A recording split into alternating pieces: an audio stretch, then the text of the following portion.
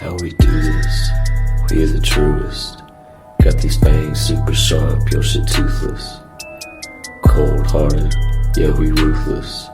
All the ghouls in the cut, let's get ghoulish. In the graveyard, acting foolish. Finna dance with the devil to no music. Cold-hearted, yeah we ruthless. All the ghouls in the cut, let's get ghoulish.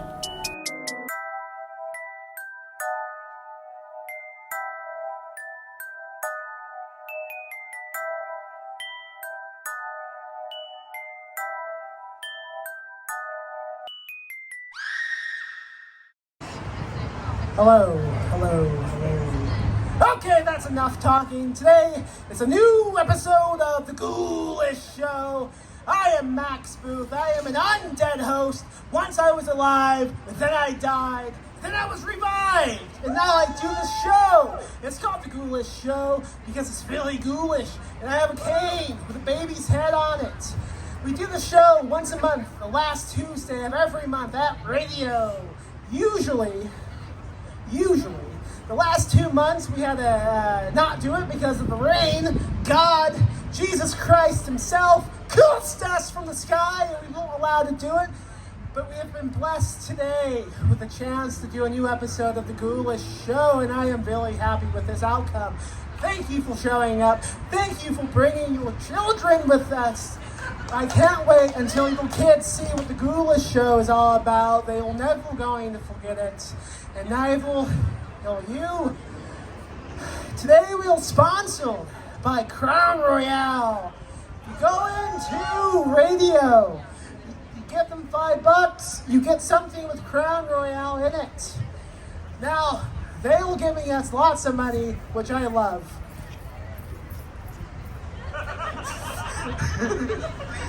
However, what I do not love is the monarchy that goes with Crown Royale. No one should be a king, no one should be a queen. If you were watching this show and you happen to be royalty, drink bleach, end the line. Yeah, kill kings, kill queens. So today, because of this special month, this month of love, we are doing a bit of a ghoulish dating show. I am desperate for love. I am quite lonely. So I have many contestants lined up today to compete for my love, my ghoulish love. And at the end of tonight's show, someone is going to get it. And myself and the one who wins will be matched for the rest of the planet's life. So let's get on with it, eh? We are going to begin with, not this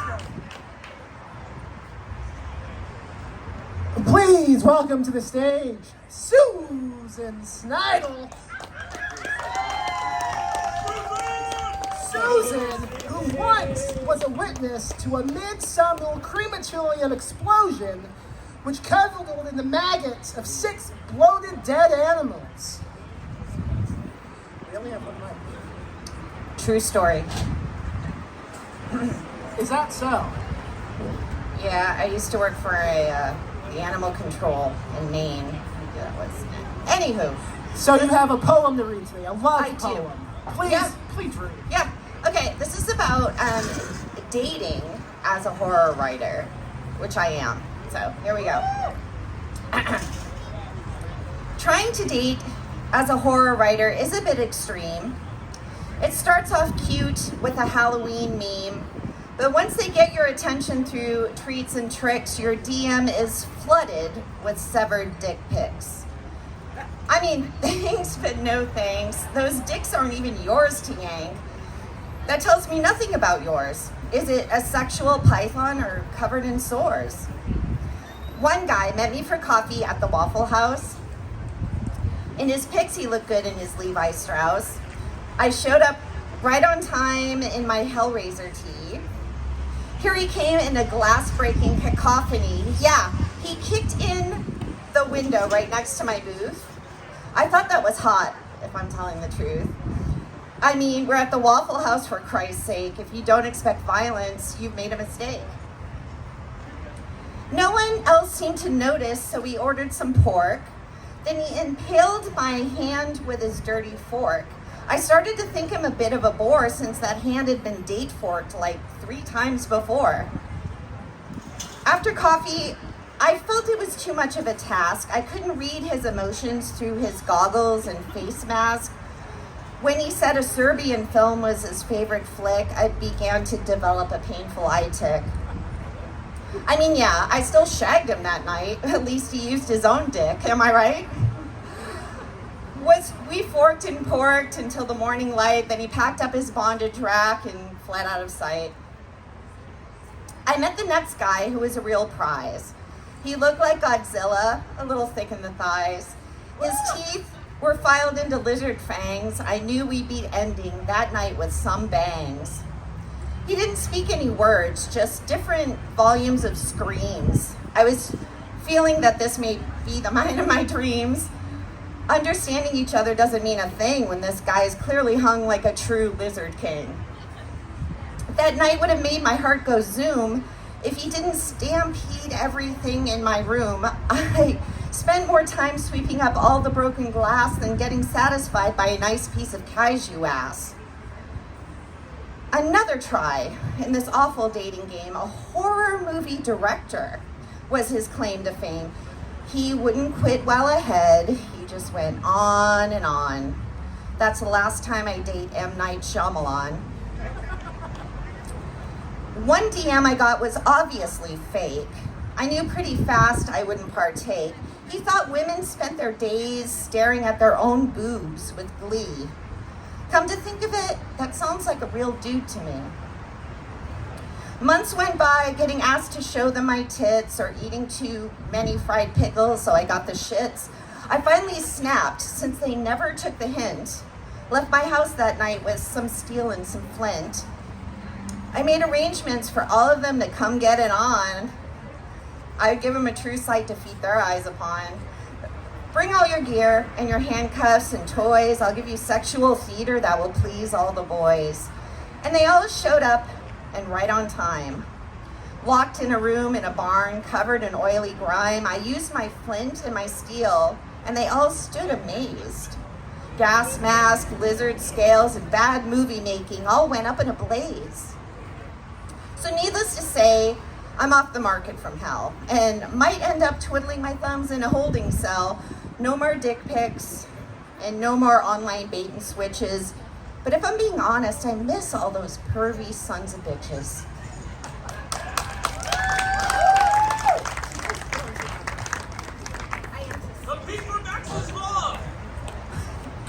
Thank you. That was amazing. What have you been up to in the last few months since the last Ghoulish show? You have a mic right here. Look at that. Nothing, absolutely nothing. All right. Now, have you shown up today with anything to promote that you would like to talk about before we move on? Well, Madness Heart Press will be releasing my poetry collection sometime next month. It's called Picking Scabs, and it's a feminist, really, really angry poetry collection. So that's pretty cool. That sounds amazing! Do you often pick scabs? All the time. Me too. I'm doing it right now. You just can't see it. It's a Kegel-related thing. Well, I hope at the end of the show, perhaps like a musician show, you know, they throw the drumsticks. Could you perhaps throw the scabs at the audience? Yeah, it'll be like one of those Tijuana golf ball situations. Thank you so much. Next up, I have someone who, back when he was 8, a recess monitor had to save him from a group of Catholic school children after his dog ate a dead animal's leg that was in an advanced state of decay. Ladies and gentlemen, I have Ryan C. Bradley coming up to the stage.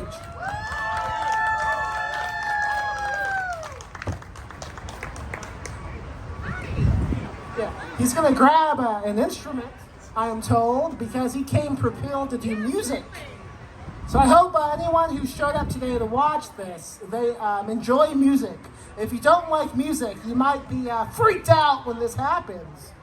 but it's gonna be okay. I promise you. Music is the oldest thing of all time. It's the medicine of love. Some say. And Ryan has his degree. Are you ready now? Nope. I have to keep talking now. So, some say when you play music, Cupid tends to nod along, like, yeah, I like this. I am told Cupid's favorite music genre is nu metal. I don't know if that's what Ryan is playing tonight. He is playing nu metal. I think he's playing a Limp Bizkit cover song. I hope it's the one that says Nookie a lot. That one makes me laugh. Maybe he could play the one about breaking stuff, because I can relate to that when I'm mad. Are you ready? Please, Ryan, sing us a love song. Hey everybody, how's it going?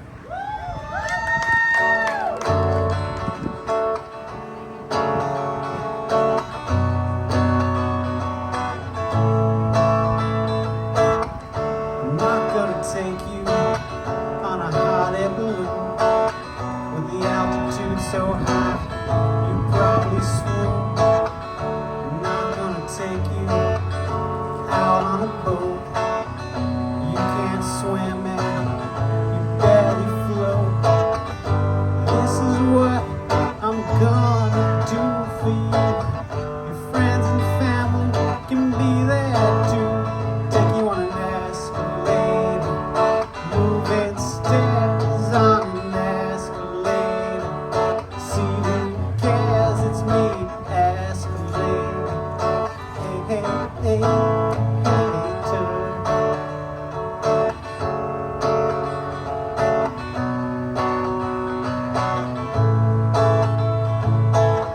I'm not gonna take you out in the car. Chances are we wouldn't get very far. I'm not gonna take you out to eat. I don't trust anyone else to properly cook meat. This is what I'm gonna do for you. Your friends and family can be there too. Take you frozen pizza, 450 degrees. Yeah, frozen pizza. See who shares, it's me, frozen pizza.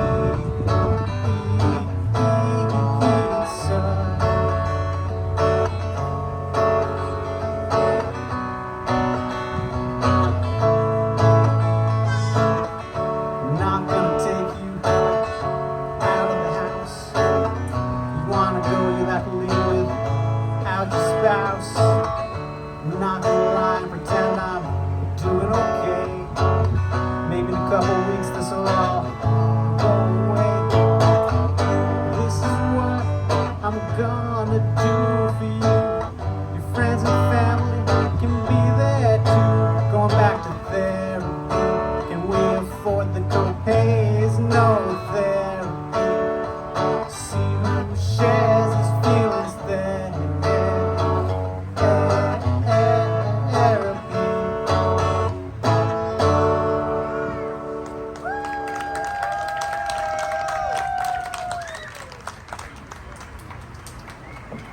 Wow. That was something. That was a song. You played the whole song. Thank you. No one's ever done that on the Ghoulish Show. I'm really impressed. Tell us about the inspiration of this song. So I wrote this song with my partner who was in medical school, and she really wanted to go on a lot of like whitewater rafting trips. But I mean, the issue was she can't swim. So we had a lot of conversations. I think she still went on the trips. Yeah, and then I decided to rewrite it, because originally it was just all forms of transportation we wouldn't go on. I decided to rewrite it to be a singer-songwriter having a breakdown and getting agoraphobia and kind of like not being able to leave the house. Yeah. Have you ever left the house? No. Relatable. Now, I understand you have a book, Phil Sal, right now, at the back. Tell us about this book. So Saint's Blood is the story of a college professor who is kidnapped and is having his blood harvested, and he's trying to escape, and he's trying to figure out why people want his blood in the first place. Hell yeah. Now, as promised, this is the Ghoulish Dating Show. Hopefully everyone watching is familiar with the dating show from the 70s, 60s, the 1800s, I don't know. We're basically doing that, but ghoulishly. So round one is going to be with the two of you. I'm going to ask you a question that you both have to answer. So I'll begin with Ryan. Let's say, let me remind you, these people competing for my love. Now, let's say I showed up at your home with a dead body in my trunk. Would you help me hide it? If so, how? I would not help you hide it. I would help you cook it. I would put my smoker to 250 degrees. I would put a nice dry rub on some meaty parts, like the muscly parts, like the legs, the pecs, the butt. There's a name for the butt muscle. I'm not remembering. The gluteus, right? Yeah, the gluteus. And we would cook that person and consume them and their knowledge. That's fairly romantic. Max, I have to say I already will date him, so. What was that? I'm already willing to date Ryan for that answer. So am I. But Susan, you do have to answer the same question. Damn it. Well, I would rather probably dissolve them in acid, just because I've never actually dissolved anything in acid, but sometimes late at night when others are watching Pornhub, Ryan, I watch whatever, porn in we the talked morning. earlier. I actually think about dissolving things in acid, and I think it would actually do the trick. It might take a while, and I don't know how solid oh shit, I live in an apartment complex, so that might not work. I'm on the second floor. It'll probably all end up spilling down onto the neighbor, and she's a bitch. Is she in the crowd tonight? No. Damn. Okay, moving on. If we were the only two left alive in the zombie apocalypse, what would be the idea of a perfect date? Susan, go. During a zombie apocalypse. Yeah, so imagine zombies have come, they've killed everybody except you and me. Am I dating a zombie or? You are dating me, supposedly. What kind of date are you planning? Oh gosh, well I think it would probably be a nice Indian curry under the moonlight, and just sharp shooting them in the left eye. Why the left? I don't know, Max. I don't know. Don't ask me to explain the left eye situation, but it's always the left. That's how I shoot. But that would be really cool. Indian curry, moonlight, and shooting them in the left eye. As far as I know, that would hit them in the brain, but I don't know. I don't think about this as much as I think about dissolving things in acid, so I don't know. What do you expect from me right now? Ryan, what about you? Zombies be damned. I would take you on the same date I took my now wife on. We're gonna get some office chairs, we're gonna get some toilet paper rolls, and we are gonna joust. We are gonna joust with the office chairs and the toilet paper rolls. I admit I don't like you using an idea you've already used on me. I should feel special, and that seems like we're just recycling an idea. So if you date me, there's going to be a lot of recycling, unfortunately. Do you know how many dead guys I've cooked for my partner? 2. Judging by the health of that baby, I think it's a lot. Okay, Ryan, what do you think happens to me when I get wet after midnight? A lot. All right, Susan? When you get wrecked after Wet. Oh, wet. Yes. Maybe it's the same. I don't. When you get wet after midnight, I imagine again, you're going to have a problem with the downstairs neighbors because of the flow of the fluid down into their living space. So, I mean, I think you and I are in the same boat. And I also don't think your neighbor is in the audience tonight. No. No. Okay. Last question for you two. Susan, if I was a mummy, how would you unwrap me? Acid. Right. We already talked about this. Get your shit together, Max. Again, this is recycling from me and my friend Boris, but start from the toes, tongue on toe, and unwrap leg up. Did you say tongue on toe? Tongue on toe. Tongue on toe. But via tongue is what you're saying. Unwrap via tongue, yeah. Oh shit, that's a good answer. All right, well, that's all I have for the two of you. Please get off the stage immediately and do not come back unless I call you. Yeah, clap. Clap at these fools. Next up, I have somebody who evidently won a free karate lesson at the age of 8 and as a result was beaten to a bloody pulp. I have Michael Lewis Dixon coming up to the stage.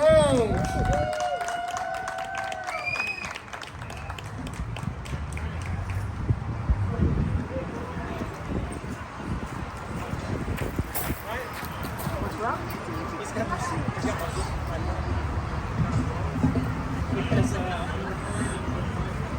I'm going to keep talking as they do something. Anyway, tonight's show is sponsored by the corpses of kings and queens. If you see a king on the street, do not let them leave alive. Michael Lewis Dixon. I almost forgot your last name. It's an easy one to forget. Welcome back to the show. Thank you. Now, please explain this karate lesson thing. What happened? So I was really excited because it was the very first thing I've ever won in my entire life.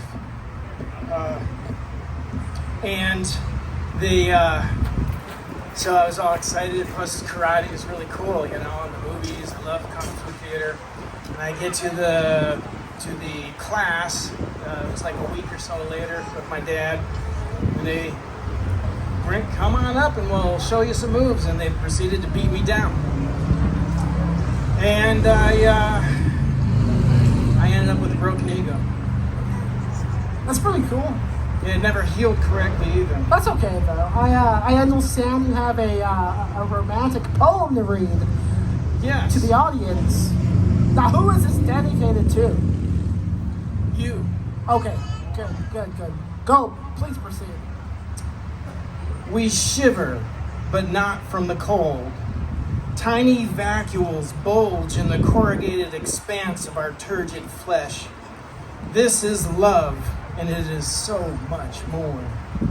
We quiver as wave upon wave of separating blisters bubble to the surface of our glistening, unfolding peaks and gaping valleys. Our love literally bursts forth. It rises in jetting vapors spewing into the air. The mists tumble in clouds of pearly white. Viscous sheets of our passion slough in coagulated clumps. They patter and plop around our many, many feet. Our love, pushing my focus, I gaze into your eyes, and the eyes within your eyes, and those within deeper still. I am falling. Upon our putrid heat we stir, within those festering layers, so coated in decay. Life churns and twists and writhes. Love burns in thermochemical bliss. We slide in our mutual lubrications, puncture each other's membranes, snag at nerve endings that flare and then go numb. I am tingling. The echoes of our passions return on a chorus of belches. The edges of our perimeter tremble with organic frenzy. Hordes make their way inward, slapping, stinging, huffing, singing. We consume and grow. Everlasting life feasts on ever-present death in this burgeoning miasma, in this unfolding of oozing carnality. We vent, we always vent. It smothers, it chokes, it bubbles and expands. I gaze into your eyes, and the eyes within your eyes, and those within deeper still. I am rising. All I need is a never-ending supply of carbon. All I give is an ever-venting supply of methane. You are my supply chain. You, and the you within you. So let's quiver together, really get into the osmotic groove, shudder in our byproducts, and purge with abandon. Then let's do it again. We shuffle to the edge of our domain. We heave against each other and the masses, pressing in. Friction plus pressure equals love. I gaze into your eyes, and the eyes within your eyes, and those within deeper still. I am deflating. Take my hand, and this hand too, and this other one as well. Hold on. Remember to breathe, and never forget to vent.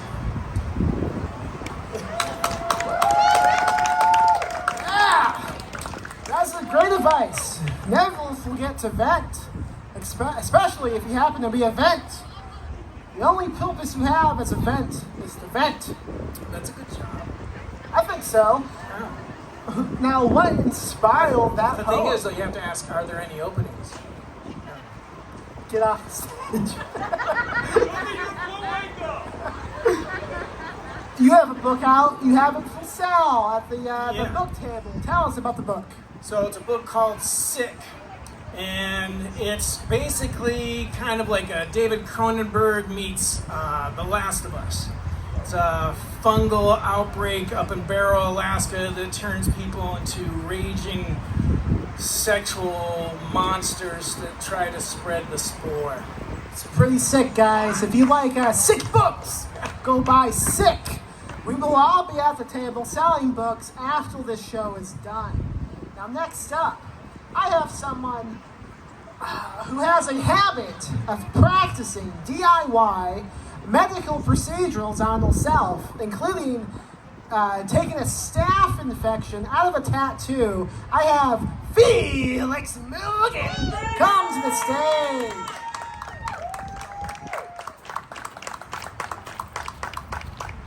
Now, please explain the context of what I just read. Oh, because like the healthcare system. Excellent, I get it. I understand you have some type of love poem to read tonight. Is that right? Yes. Please do. Yeah, mine is a little more romantic, I think. So please enjoy that.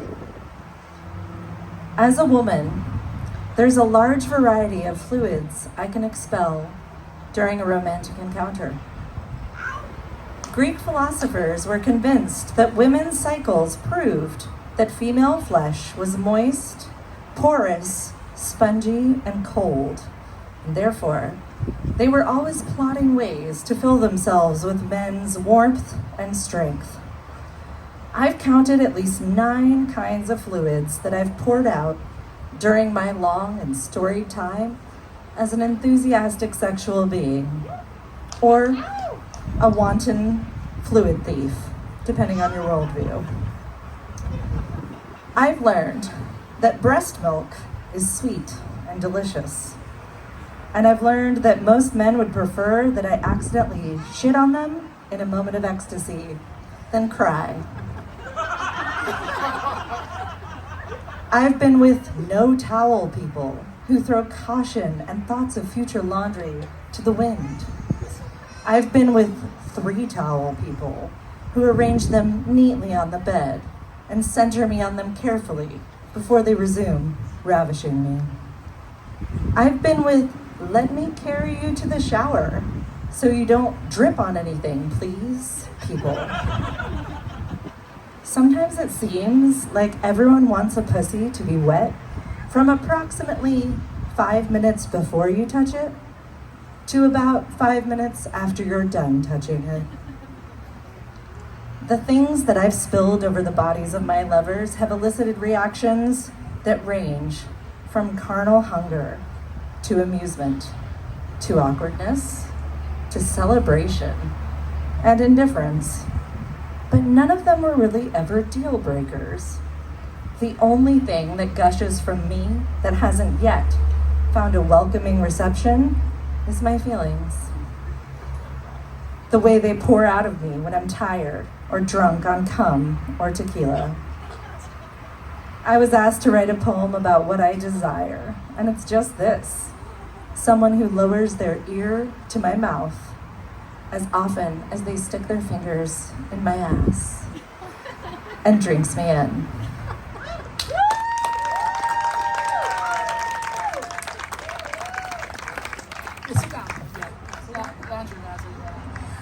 Well, I hope anyone who brought kids to tonight's show is feeling proud of themselves. That was fantastic. Who would you say that's dedicated to?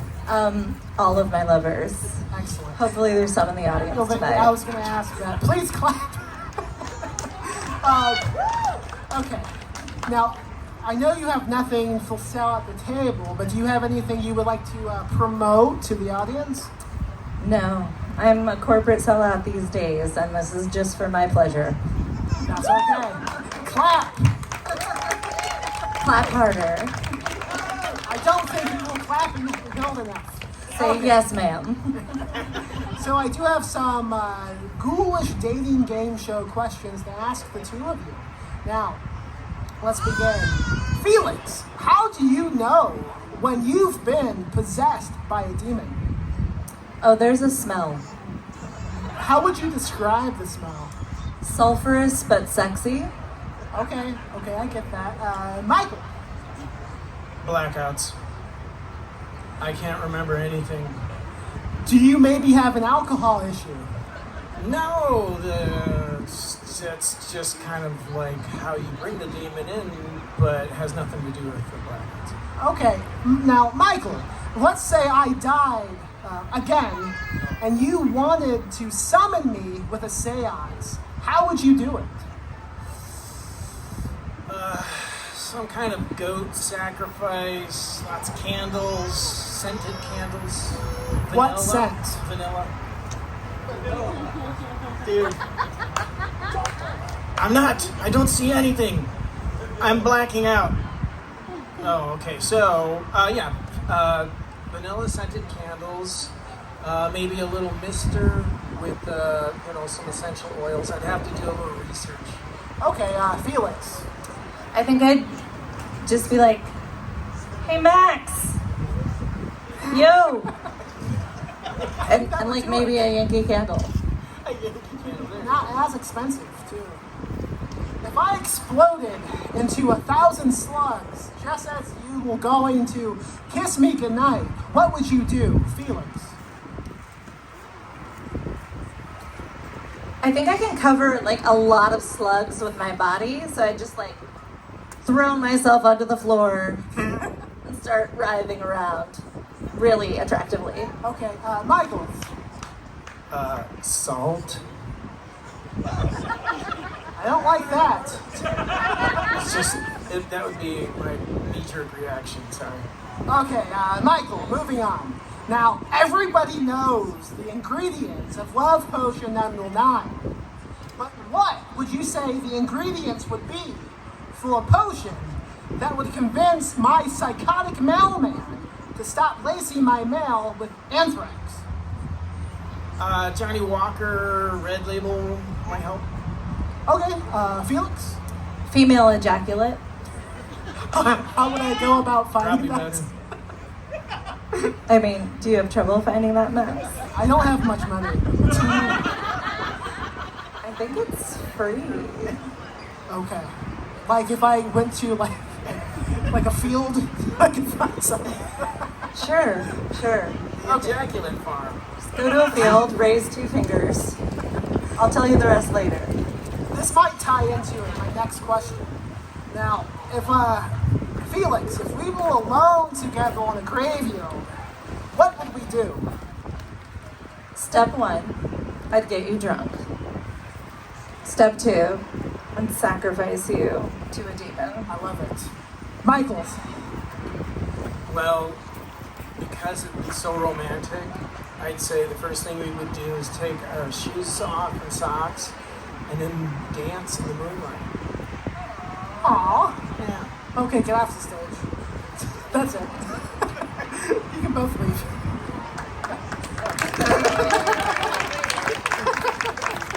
Thank you. All right, the Ghoulish Show is going to continue after this quick commercial break. Now, if you go inside radio and say, hello, I have $5, they will give you something with Crown Royale in it. I'm not quite positive what that would be, but you might get drunk. If you go in the radio and say, hello, I have just killed a king in the street, you will get free alcohol, I am told. Now, I can't say who told me this, and I cannot tell you if this is true, but you could try it to see what happens. Now, next up, I have somebody who uses the soundtrack from the Yoshi's Island for the Super Nintendo to help with repressed memories and trauma.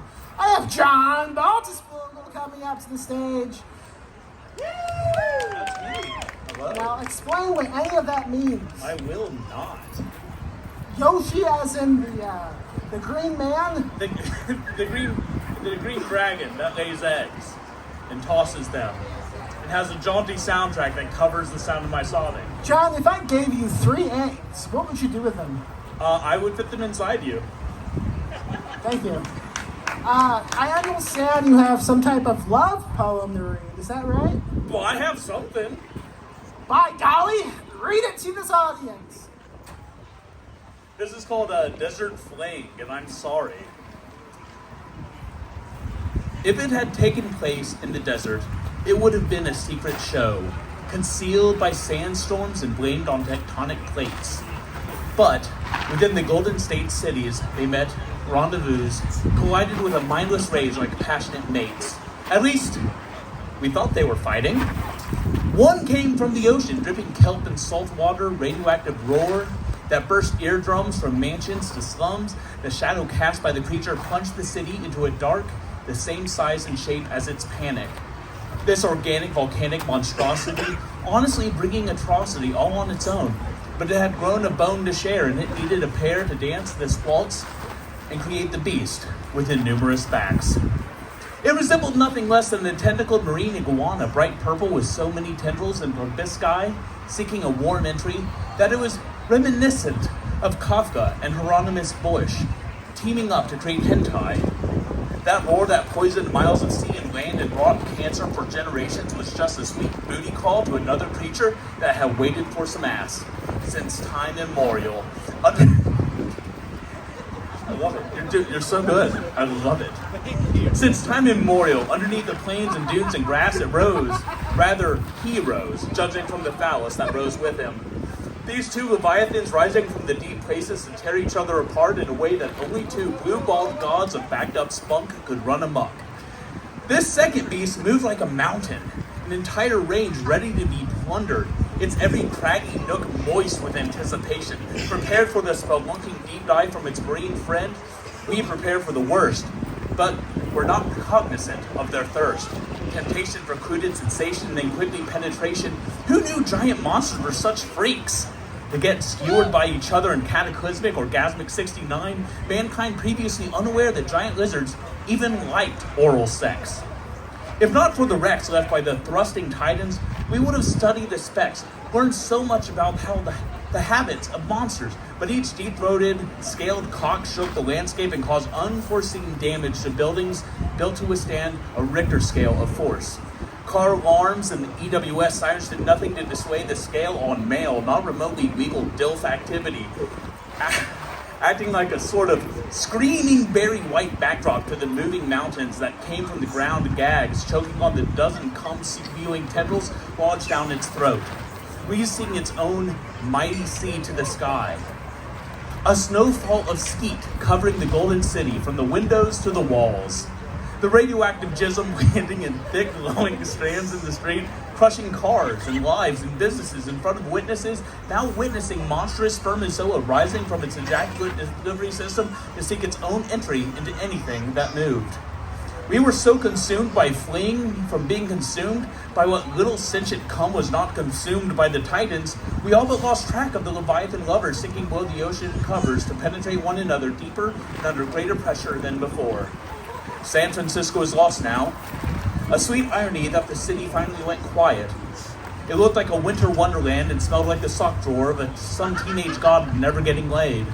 Wild cum roams the empty streets looking to devour or impregnate, or devour while impregnating anyone foolish enough to come, or come, seeking gold in the city on the bay. Oh, yes.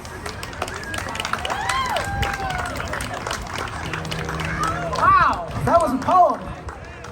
Technically, yes. Now, you said the word come quite a few times. I did. How did you, like, who taught you that? Who taught me about the word cum or about cum? Both.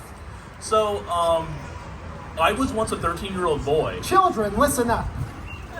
And I was a 13-year-old boy at the cusp of the internet being readily available at home, and I just learned all kinds of shit. Rotten.com? Rotten.com was not my preferred teacher for cumulative activities. That's strange. Back in the day, if you wanted to come, you went to Rotten.com. Well, I went to Rotten.com. Oh, wow. I didn't know that existed. You probably shouldn't go there without your mom, without your dad's signature. Excellent. Okay. If anyone watching tonight has gone to Rotten.com, stick around. What do you want to promote? I have hello, Susan. Oh, boy. I just want to say one thing. I actually, if you heard my poem earlier, I did fuck Godzilla, and this is 100% accurate what he just said. So I just wanted to say that. This girl can choke down so many tendrils. It is wild. I got some books out over there, back there. It features body horror and fantasy and dragons and demons and all kinds of shit. If you like extreme violence, body horror, and fantasy, I got you covered. Do you have any books with kaiju coming? I do. Unfortunately, yes, I do. I have 2 books that feature kaiju, and at least one of them comes. At least one of them. At least one of You them. forgot which one, It but is- one of them does come. It is an insensitive lover. Okay, next up, the final contestant for tonight's Ghoulish Dating Game. I have a champion, Sonic the Hedgehog cosplayer, Andrew Hilbert, come up to the stage. Now, I dropped my baby. Thank you. Now, my note says you are a champion Sonic the Hedgehog cosplayer. Please get into that. What do you mean by that? I dress up like Sonic, I compete with other adult males, and I win. Every time. Comic-Con? Every fucking time. Are we talking Comic-Con, McDonald's? Where are you going to, what location? I'm more of an underground Sonic artist. How did you make the costume yourself? Yeah, I do. How? With what? Out of blue cloth, yellow cloth, red sneakers. It checks out. Duh. I understand you have a love haiku to read. I have a haiku for you. Please read it. It's 45 minutes long. Like every other fucking poem right up here. Blue muscular legs, green hill zone, golden rings. Ooh, gotta go faster. Thank you. Now, at one point you were considering doing a bonus haiku. Did that happen? Nah, we're not gonna do that. These good people have wasted enough of their lives here. That's rude. Now, I understand you have a book coming out next week through Ghoulish Books. Please talk about that. Yeah, it's a book called Excrement Mountain, spelled without the vowels. So it's XCRMNTN, Excrement Mountain. It's coming out March 7th. So, buy it. Now, what is this book about? It's about a mountain made of poo-poo. Okay, now, you also have a book, Phil Sal, right now at the table. Yeah. What book is that? It's called Invasion of the Weirdos. It's about Austin, Texas. Yep. The city we happen to be in right now. Yes, sir. Crazy. Now, we were going to play a little bit middle of this dating game. Hold on. Can I get rid of some of my competition right now? Yeah. Hey, John, can you take off your shoes? Nah, Come on, dude. I'm in it to win it. All right. Okay, now listen. Let's say a man with a machete, a bona fide slasher, was going around slicing up those who will be the loosest around. How quickly would you die? John?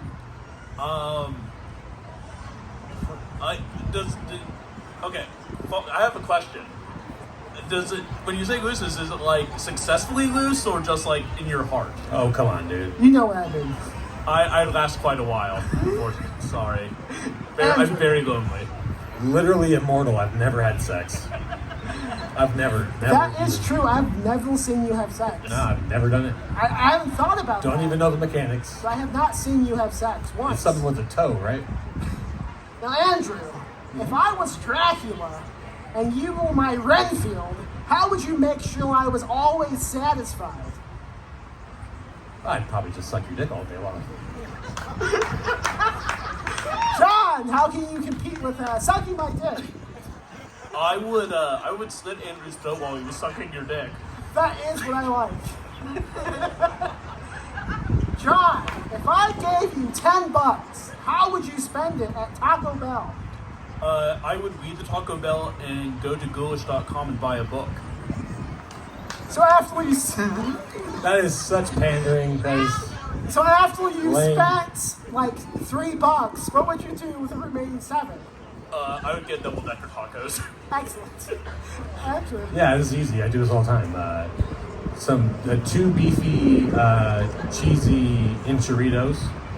If you know what those are, they're enchilada burritos that are beefy and cheesy. And I've still got $8 to spend, y'all.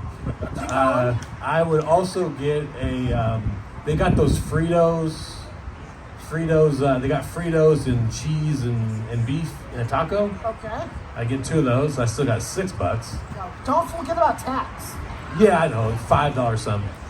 I would spend the remaining on those spicy potato tacos. Oh, hell yeah. Right. Yeah. Okay. That's right. I fart a lot.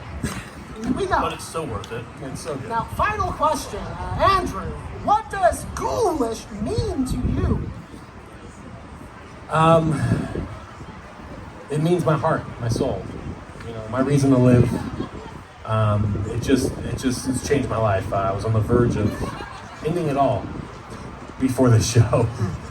And this show Show's driven me to the edge. I might finally do it. Well, don't do it on stage unless I will we can not. profit from it somehow. But I might lose my job. That's okay. John.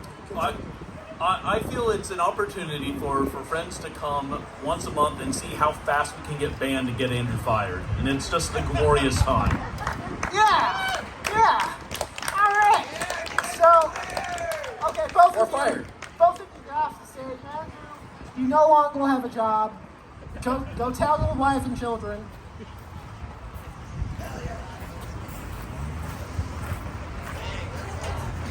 So to end the show, we have a bit of a tiebreaker, a sudden death round to win my love once and for all.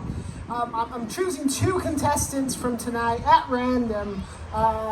John Baltisberger and Ryan C. Bradley. Please come up to the stage.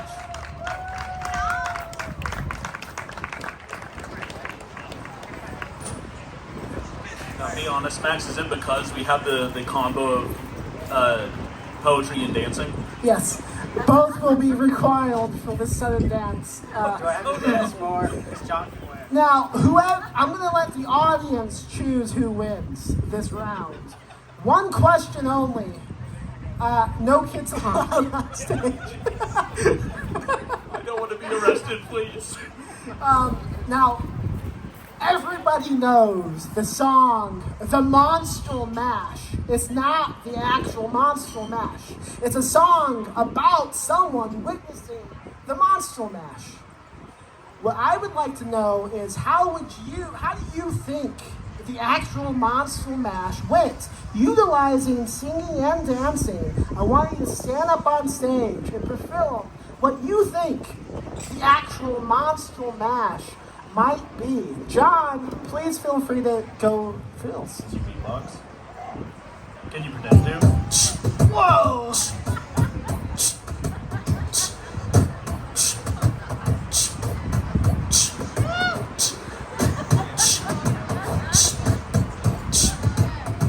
To win, you must sing as well.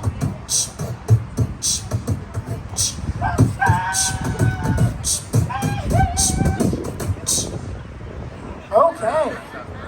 That could be what it was, but maybe not. Maybe Ryan knows what the real Monster Mash was. So it's not really a dance. It's 69ing, where the monster holds you by your feet upside down. So both people are kind of in the air, kind of like. You also must sing somehow.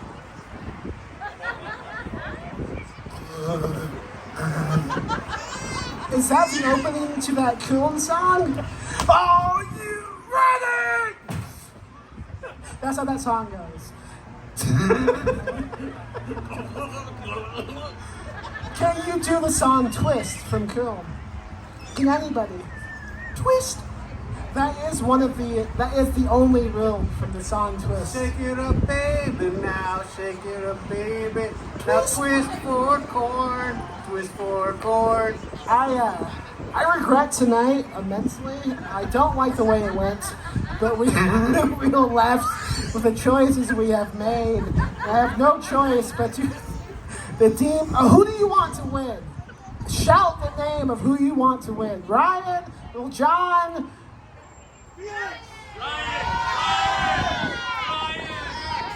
Felix wins! What a twist! Yes! That's the show! Felix has won! Good night! Go buy a book, go buy some booze, leave a tip. We will sign books. Good night!